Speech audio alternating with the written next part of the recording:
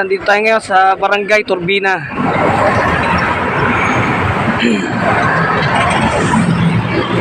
Na kung saan puro halos kalsada makikita mo. Ayan, oh.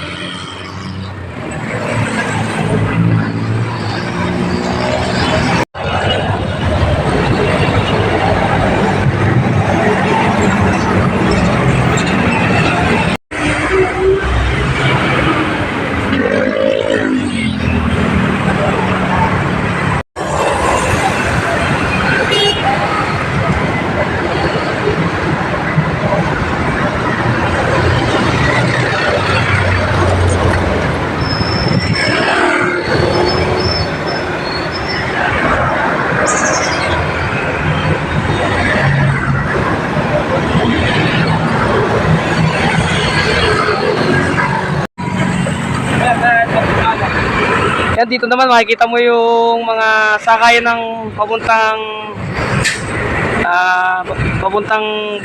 Bicol.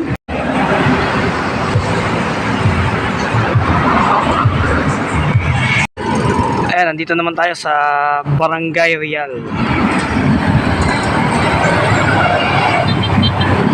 Na kung saan makikita niya puro kalsada rin.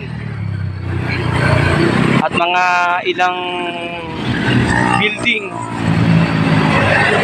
Ayan, o.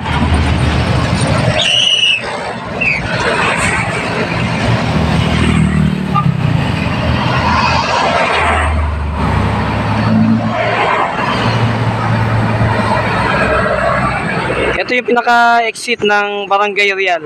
Ayan, o.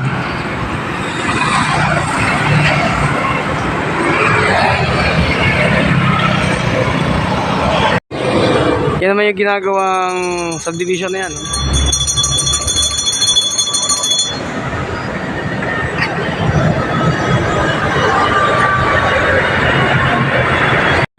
Kaya matatanong nyo dito yung bundok ng Makiling. Ayan.